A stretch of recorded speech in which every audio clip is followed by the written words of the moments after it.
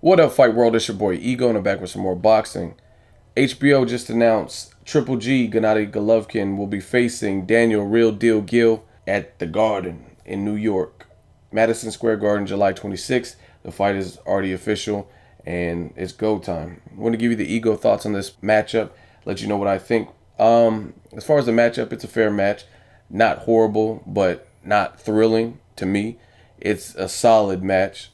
I like it better than Triple G versus Andy Lee. But the reason why I'm not ecstatic is just because Daniel Geale doesn't have a huge name, and I don't really give him much of a shot to beat Triple G. I know he's tough. He showed he was tough in the Darren Barker fight. He's a pretty durable, herky-jerky type of guy who could be awkward. I just don't see him having the goods to beat Triple G. And I would much rather have seen Chavez Jr. versus Triple G. At least they're bigger names, and we know Chavez Jr. could take a punch.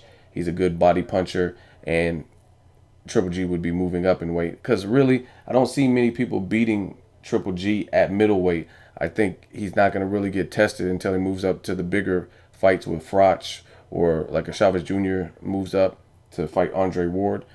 But at 160, there's not really many people that could beat him. Sergio Martinez possibly, and I would have favored Sergio maybe some years ago, but now, based on how Sergio looked last fight, I would favor Triple G in recent memory. If you look at the collision course that these guys are on, it doesn't look like Sergio Martinez wants it. It looks like he kind of wants the big fights. And either way, he's tied up, so that fight couldn't happen. He's fighting Miguel Cotto this weekend. As far as the matchup with Geale, like I said, it's a solid match. I'm not thrilled about it, but I'm not mad at it. I'm still going to watch it. I just feel Daniel Geale, he's a guy from Australia. He lost to Darren Barker, who was stopped in 2 rounds by Felix Sturm, a guy that gave Daniel Geale a very tough fight, and he narrowly won a split decision. If you watch the Felix Sturm fight, he has a win over Anthony Mundine, but he also has a loss to Anthony Mundine.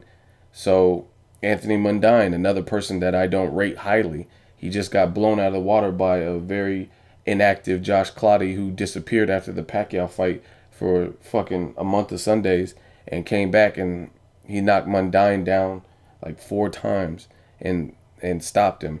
So, I mean, to have a loss, a split decision loss, is still a loss. So, you look at Daniel Geale, and it's like, who has he beat? He did beat Asumanu Adama via unanimous decision, 12 rounds. And then you look at Triple G's fight with Adama, and he ran through him. Adama had no chance. So, I don't see this really being competitive, but it's a solid match. The guy has heart. He's tough. He's pretty durable. Like, he showed that.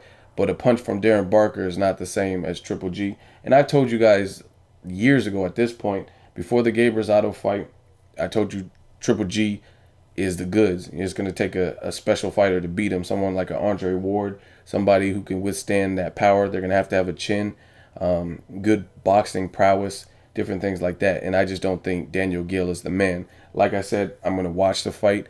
I'm not mad at it. HBO picking it up or anything like that. I just don't see Daniel Geale beating Triple G. As far as Triple G, he took some time off from the sport due to his father passing. So he took some time off for bereavement, and he's looking to get back. So you never know. I mean, it could be an interesting fight based on that. Like, match for match, like Triple G at his best and Daniel Geale at his best, I don't really give Daniel Geale any opportunity to pull the upset and be a spoiler. But if you factor in something catastrophic like, oh, his father passed and maybe he's not the same fighter, or since he took time off, then he's not the same, or he gained weight or some shit, that's one thing. That's something totally different. So that's the only real shot that I give Daniel Geale to beat Triple G. I'm going to watch it, check it out, see how it looks. Daniel Geale was supposed to fight Matthew Macklin, but that fell apart.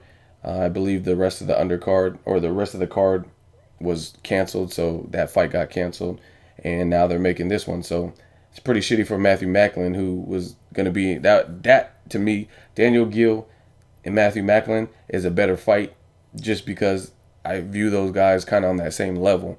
But I don't think Daniel Geale's on the level of a Triple G. Like I said, I've been wrong before. Maybe Daniel Geale will surprise me. I doubt it, and I'll be willing to bet money, and I will place a bet on it. But we can see. We'll see. Let me know what you guys think of this matchup. I think, again, it's better than the Andy Lee fight, but it's not the greatest match. I would rather have seen Chavez Jr., Quillen, see Gennady Golovkin move up in weight and fight Carl Froch, fight Andre Ward. You know what I mean? Anything like that I would rather see.